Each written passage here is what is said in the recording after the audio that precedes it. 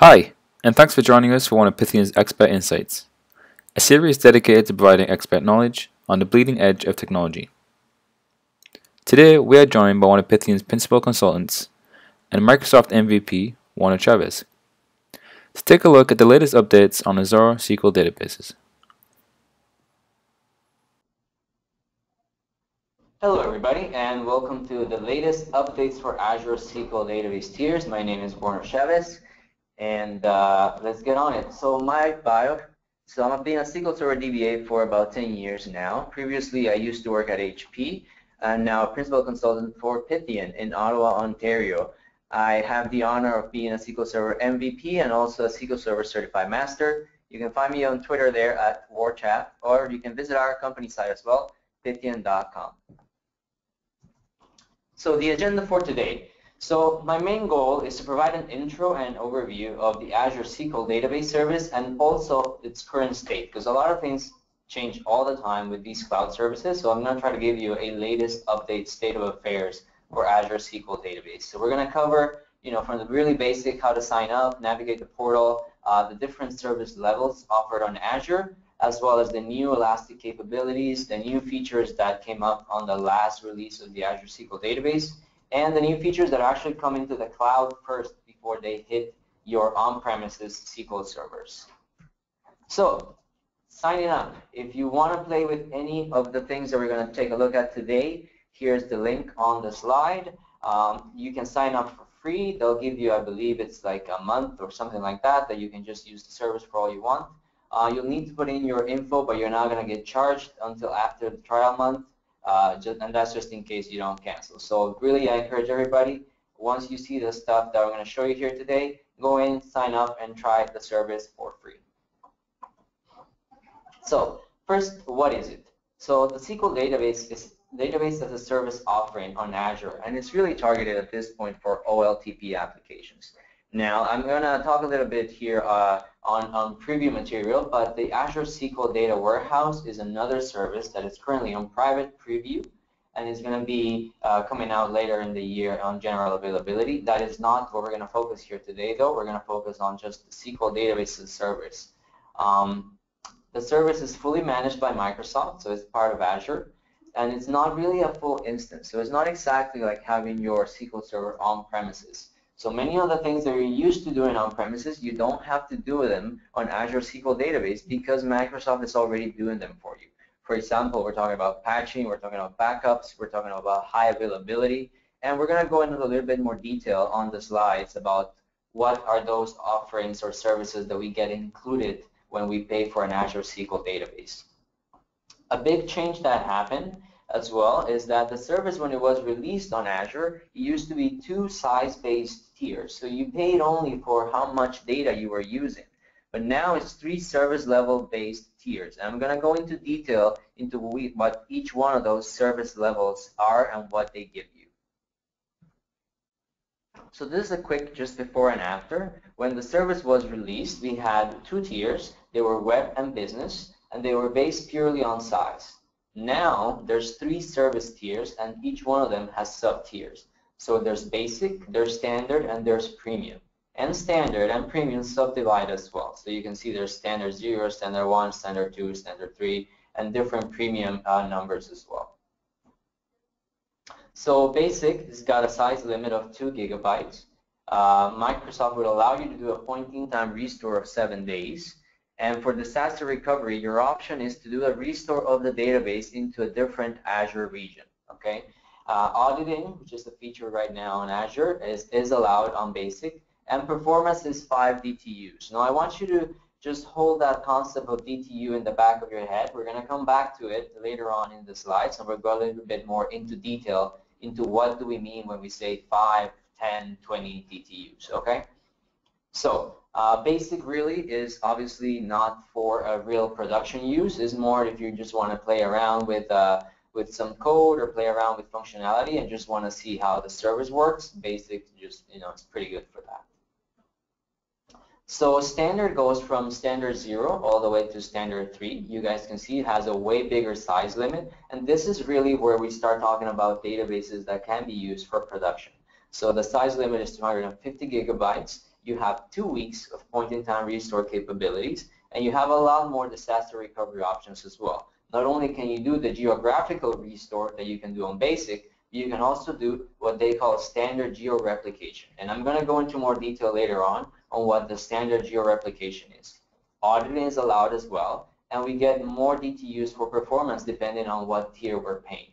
So we have, for example, S0 is 10 DTUs, S1 is 20 DTUs, 50 DTUs, and 100 DTUs. Now, what I want you to realize here, for example, is from S0 to S3, there's a difference of a factor by 10 of DTUs. So more or less what that means is that an S3 is 10 times faster than an S0. And finally, the most expensive tier is Premium. And this one has a size limit right now of 500 gigs. And it has 35 days of point-in-time restore that Microsoft will do for you. Disaster recovery, not only does it include the geographical restore and the standard geo-replication, but it also includes active geo-replication. And again, I'm going to go into more detail on what active really means. Premium as well includes functionality that is not included on the previous 2 tiers, such as partitioning and column stores. And auditing is allowed as well, and the DTU values, again, are a lot higher. So we go from P1, P2, P4, P6, and we can go all the way to 1,000 DTUs. So if you remember at the very beginning, I spoke about basic, and I said basic is 5 DTUs, and then we think about P6, which is 1,000 DTUs. So we're talking about a P6 database will be 200 times faster than a basic database. Okay? So let's talk about the geo-replication options. So there's standard versus active geo-replication. So what does it really mean? So on standard replication, Microsoft will have a standby copy of your database in another data center, but that copy will not be able to be read, and it will not be able to be used until there's some issue with the data center, and then Microsoft actually initiates the failover, and then you can use that. On active geo-replication, you can actually fail over at will, and you can actually read off of your replica. Now, this has a cost component as well. So a standard geo-replication, since it's only a standby and you can't really read off of it, there's a discount on it. Whereas if you use an active copy that you use for read-only as well, then you have to pay the full price for that replica as well. Now, you guys will see that there's some recovery time objective and recovery point objective numbers, both for standard and for active. It used to be that on the previous release, it was, like we can see there, the RTO was less than 2 hours and RPO less than 30 minutes for standard. And then for active, the RTO used to be 2 hours and less than 5 minutes for active. Now it's been really improved on the latest release of the Azure SQL database, which is known as V12. Both of them have the same RTO and RPO numbers, and we can see it's a dramatic improvement, right? We went from 2 hours RPO to a 30-second RTO on V12, and then a 30-minute RPO went to 5 seconds on V12, and that's just for the standard, right? So way faster recovery now on either one of those tiers. I'm not going to include official pricing information on the slides, because every time I did that, by the time that people saw the slides, the prices were out of date, because this changes really often. So if you want to find the official published prices, I put the link right here on the slides. You can copy it from there. And the price can really change as well depending on your specific agreements with Microsoft. So I would take the online prices only as guidance and really follow up with your reps as well. Okay, so let's do the first demo. I'm just going to do a walkthrough of the Azure portal experience and the SSMS experience when dealing with Azure SQL databases. So first I want to show you guys the portal. First of all, note that I am running the portal in Chrome. So the portal is completely not browser specific. You can use IE, you can use Chrome, you can use Firefox, you can use the new Edge, and any other browsers that I've tried it on. I haven't had any issues so far. First thing that you get is this splash page that just gives you a quick summary of status of the service around the world and your billing status. You can browse for any of the resources that you currently have in Azure. In this case, obviously, we're interested in SQL servers, so I can scroll down here and just click here, SQL servers, and I have this test SQL server. Oh, reload.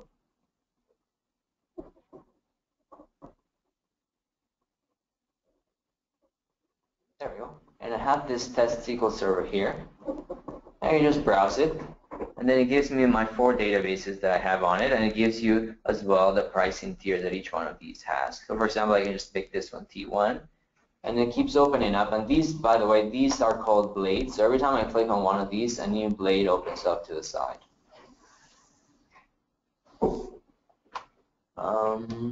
So you can see, for example, here on this one basic, it tells you the basic, the DTUs. It tells you the resource utilization. So I ran a test query earlier today, so it tracks it. It tells me that test query only used 0.68 of my 5 DTUs. It tells me how much space I've been using. So if you guys remember, basic is only 2 gigs, but this database is only 4 megabytes right now, so it's not a big deal. So just to show you guys again the portal experience, say if I wanted to restore this to a point in time, I can just go here and just say, for example, I'm going to rename it as a T1 point in time, and then I just have to pick any time available. And then you guys can see the oldest restore point is from August 6th, which is exactly 1 week from the date that we are doing this recording. And then I can just pick any time in between. So let's say if I want to check, I want to do this, I want to see the database at the status that we had yesterday at 10 a.m., for example. Scroll in, and I just have to pick the name, which I already did, and the target where I wanted to get restored, which is this same testDB server, and then I just have to go in and create. And the service will take my request and run with it, and then we can come back later and check the status. Now I want to show you as well what the experience looks like with Management Studio. So here, I'm going to open this up. You guys can see I'm connected to my testDB server as well. And really it's the same type of way that you would connect to any normal SQL server. And then the only difference is that some of the functionality that a full SQL server has is not available on Azure SQL database. So we have to, for example, there is nothing like the SQL agent, so it just doesn't appear here, but the rest of the browsing experience is the same. For example, I can go here and browse into a database and open the tables and open the columns and open the indexes. That type of experience is the same. And if I am connected with an admin account, then I get an extra node here that is for security, where I can create logins and delete logins from my server as well. Okay, so very similar experience as well from what you would expect from the on-prem SQL Server, which is really a great advantage because you as a DBA are probably used to working with SQL Server, and it won't be a big shift in how you work to just be using Azure SQL database instead. All right, so let's jump back into the slides. So let's jump back into that concept I mentioned before of DTU, right? So what's a DTU, 5 DTUs, 100 DTUs, what does it really mean? So a DTU stands for a database throughput unit, and it's really a unit of comparison of integrated database performance. So it's a blended rate of CPU, I/O to data, I/O to the transaction logs, and memory, and it's based on an internal OLTP benchmark that the Azure team did. So basically, they ran this benchmark on their configurations, and they said, well, we got this many transactions done on this type of config. We're going to call that the base, and then that's what they put the number 1 DTU, and then they came up with basic when they increased that 5 times, and they came up with the rest of them all based on that one internal OLTP benchmark. So really the goal here that Microsoft has is that when you are provisioning database cloud resources, you don't have to worry about what is the model of my CPUs, how many cores am I running this on, how many IOPS am I getting, what is the latency, how much memory. They just want you to think, okay, you have this unit that's called the DTU. If you are running this today and you're not getting enough performance on 20 DTUs and you think you need double, then get a tier that is 40 DTUs, and that's it. Forget about the actual underlying hardware and just use this blended rate measurement as a way to measure your performance in the database. So let's look at this. This is actual results from the benchmark that are published on Books Online, and it shows more or less the capabilities and also the throughput that you should expect. So for our basic one, we mentioned it was 5 DTUs. So there's a maximum amount of 30 threads being active inside the database. There's maximum sessions of 300, And so they give you the throughput by the hour. They don't even give it by the minute. Now, standard, you actually can have maximum threads of 60 and a max sessions of 600, and then we get to 500 transactions by the minute. Now, in my opinion and experience, usually when you start thinking about using Azure SQL Database for production, you start somewhere between the S1 or S2 tiers. At that point, we have, the maximum threads is all the way to 90 and 120. So we're talking about a lot more concurrency than before, and it is more targeted to what we expect, let's say, from production services. Obviously, it really depends on what your application is. If you have a really small application that has very few usage during the day, maybe you can get away with it just putting it, as, let's say, for example, on a standard 0, right? So I'm just going to show you guys now a demo of a basic database running versus a standard 1 database and how they perform differently. So I'm going to jump into my remote desktop I already have here. And I created these files with SQL Query Stress, a great tool by Adam Mechanic. So what I'm going to do is basically run a select-based workload on basic, and then I'm going to run it on standard as well. So we're going to see how long it takes to do the select from basic. So this is a select star from a table and just with an order. So there's a sort operation that has to happen, and then it just gets fed back into SQL Query Stress. And we'll see how long it takes, and then we can compare with standard as well. Note that I'm using 50 threads, 50, and we're doing 4 iterations per thread. So in the end, we're going to have 200 calls done. So we're done here. It took about 24.9 seconds for 200 calls. I'm just going to put this here to the side, and I'm going to load up the same exact test. The only difference, and I restored this last night, so the databases are pretty much the same. The only difference is that this database is running now in an S1 tier, which has 20 DTUs. So basically, by what we're paying from the service, we should have more or less about 4 times the computing capacity of the basic. So as you can see, it's actually not bad. The ratio of what we would expect. We spent 24.9 on basic, and we're doing 6.4 seconds instead on standard. So the way that the performance is measured and the way that it has been implemented under the covers, it's pretty good. Like if you're paying for more DTUs, you're definitely going to feel it in the performance of your database and your queries. Now that was a day select test. I have another test here as well that is for updates instead, so that we're doing some actual data modification. So this will update a table, and it's just going to pick some random entity ID from an entities table. So I'm going to run this now, and we're going to do the same test where we run this against basic. So this is running against basic, and we're doing 50 threads again, but we're doing 10 iterations per thread. Now I want you to note something here as well. Unlike the select test, we're starting to get exceptions in this one. Now, why are we getting exceptions in this one? Well, if you guys remember back to the slides, basic has a limit of 30 active requests per second. So even though the previous test was using 50 threads, the select was light enough that it could be serviced concurrently by the 30 threads and get done quick enough. Whereas the actual update is throwing exceptions. And if you guys can see here, I'll show you. Open this up. Here, I'll just do a mouse over. So you guys can see it says the request limit for the database is 30 and has been reached. So in this case, even if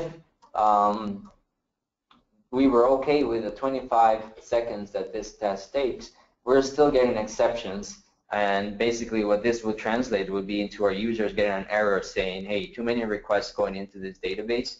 Basically, you just have to, go to a higher tier that has higher concurrency, right? So we're going to run the same test on standard. And this, again, same code, same database that I restored yesterday. I'm just going to fire it up.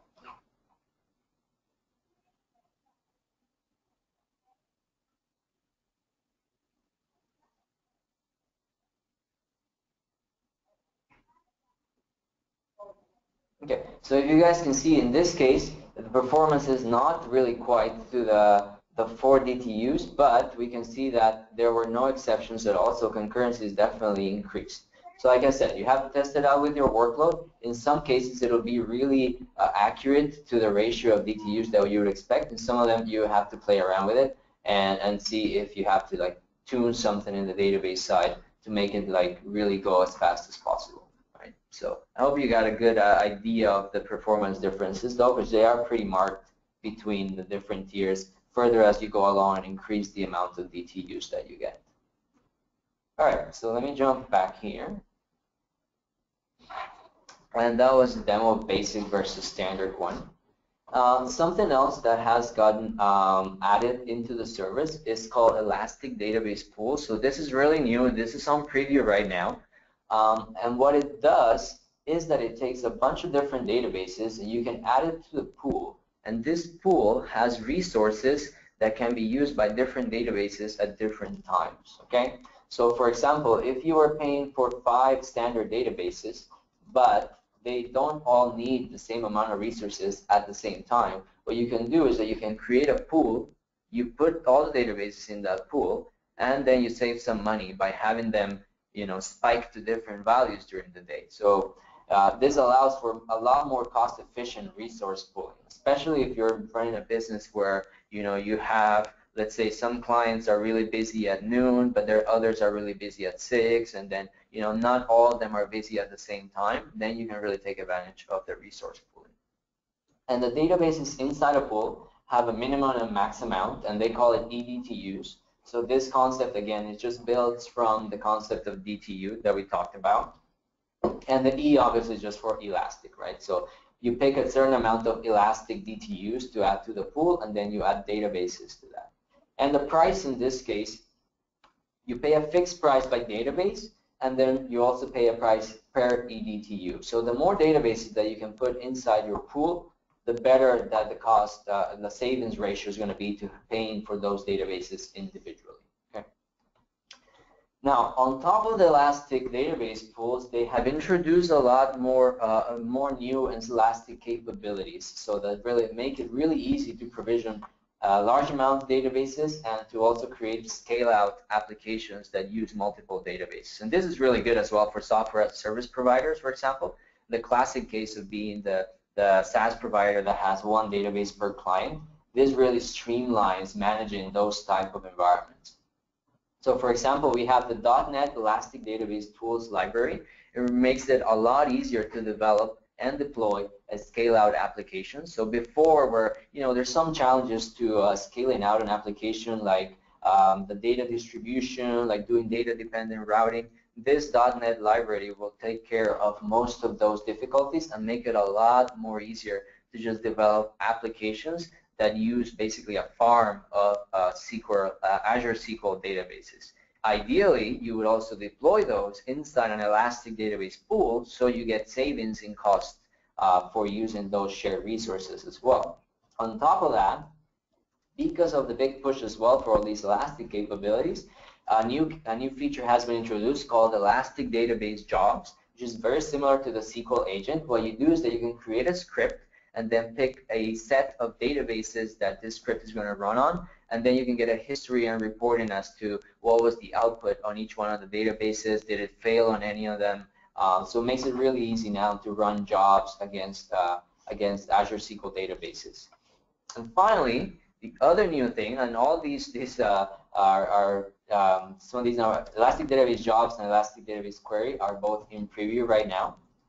The Elastic Database Query does something really cool, and it basically what it does is that it takes a set of databases that have the same schema, so again the classic SaaS provider scenario, and then it puts them on behind one connection string. So you can use third-party tools to connect to the set of databases as if they were one database. So we're talking about, for example, let's say you have Excel or Power BI or Tableau, and you want to connect those to your entire farm of databases, but then, you know, you don't want to connect to each one to run your report. It makes it really hard, really difficult, if possible at all. So in this case, you can use the Elastic Database Query feature to have one connection string.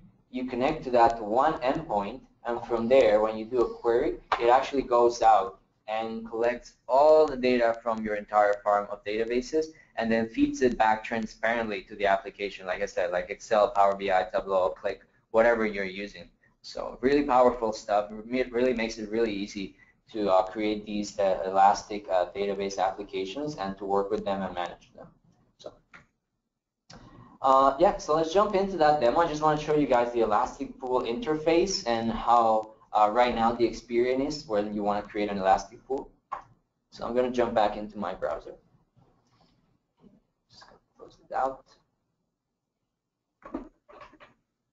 And you guys can see actually it's the capabilities right here on the server. So this is my test database SQL server.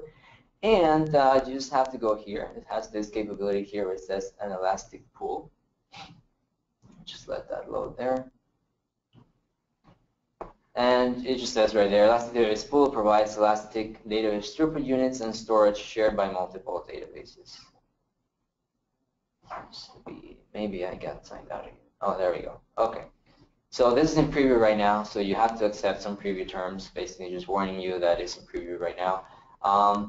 And I'm just going to show you guys right now there's different settings. So right now, this one is the one that they released the service on. It's called the standard pool. So it's more or less gives you, it's targeted for standard tier databases. So like we mentioned on the slides before. And they also have, you know, basic pools or premium pools. And they have different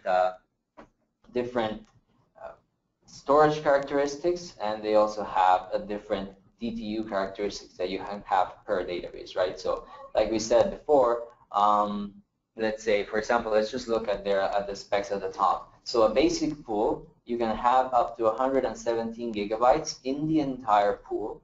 You can have up to 200 databases in the entire pool. You can, and the databases can go up to 5 eDTUs, right? So that's the basic pool.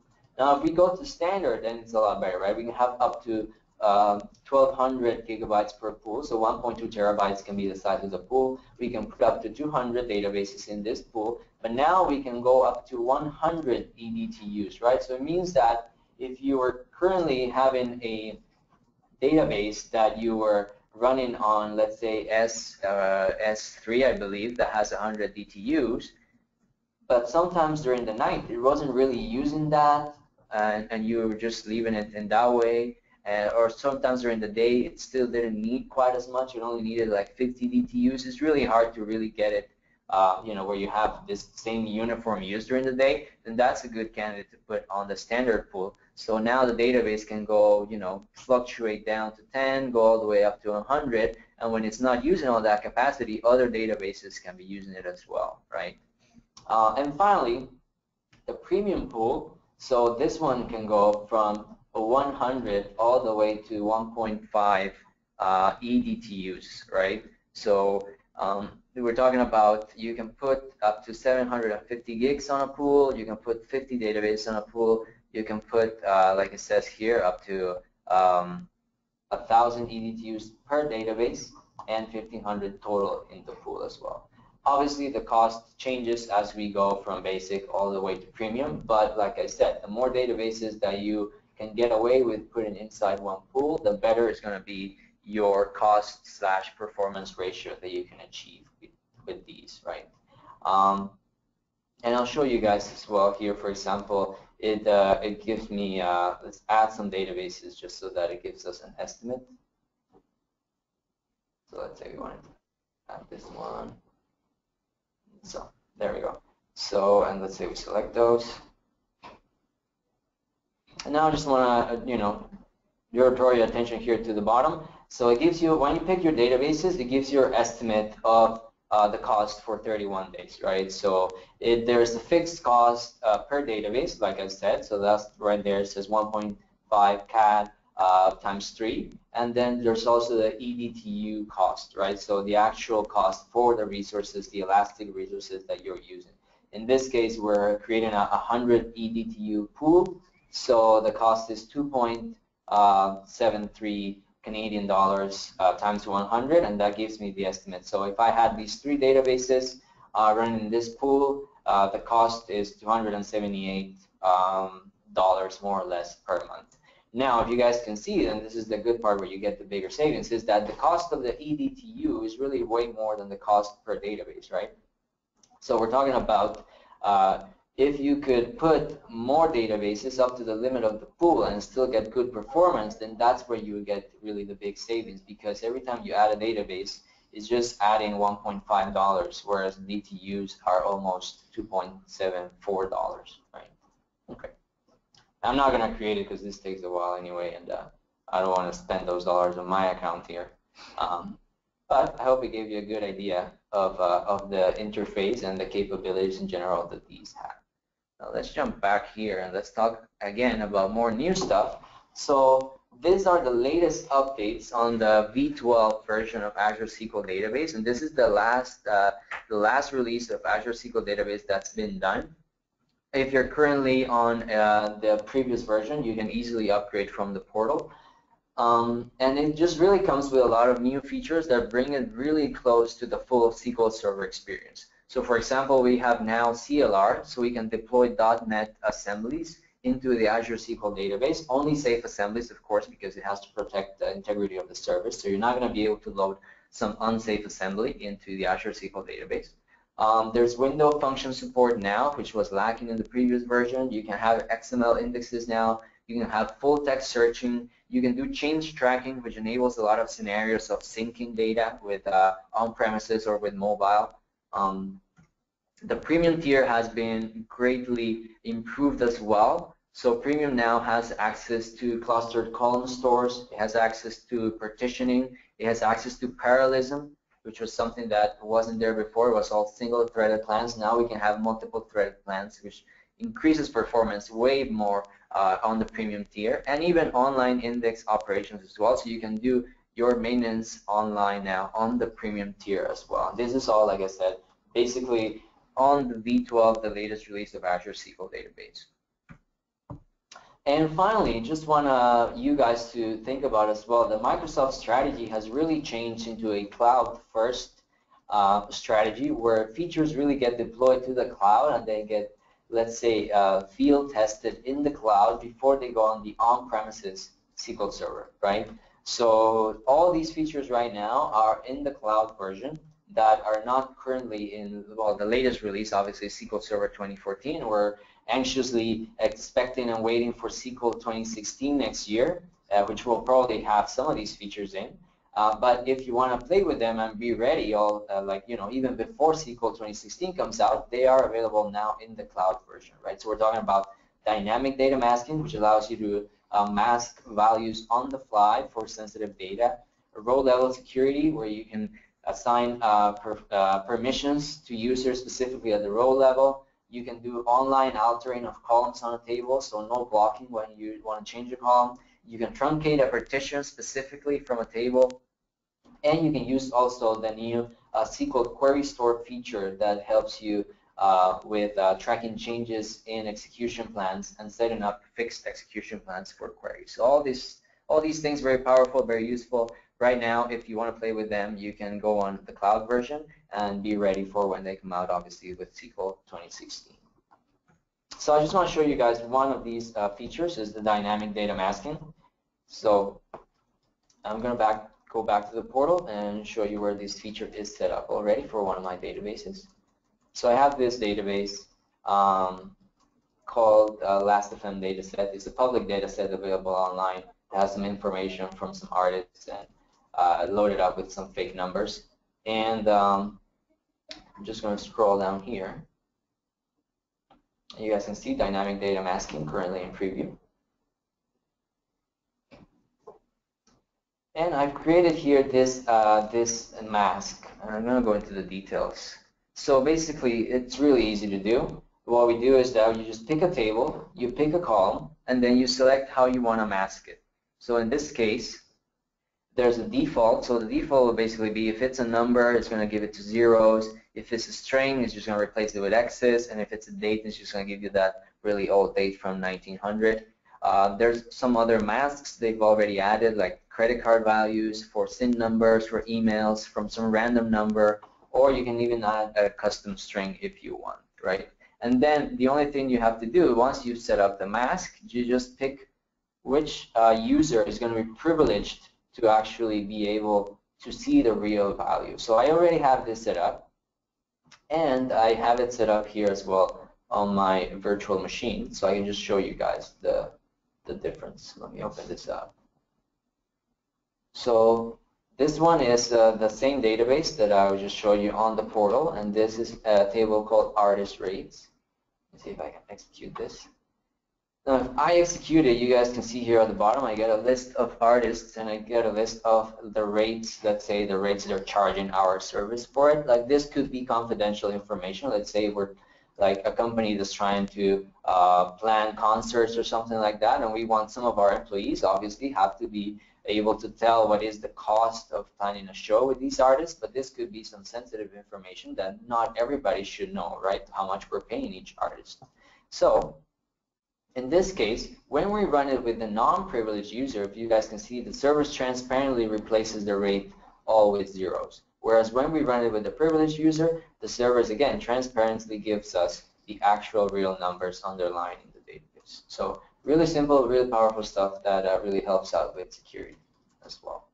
Okay, and like I said, right now you can only try it on the cloud version, or you could try it on one of the preview versions of SQL 2016, but officially the best way to try it out for sure is in the Azure SQL database. All right, so let's do a recap of all the stuff we covered today, because there's a lot of stuff. So definitely take advantage of the free trial. I want to, again, encourage everybody to just try out the service, because a lot of people don't really realize how much the service has matured, like dramatically since it was first released, right? First we started with 2 tiers, only size-based.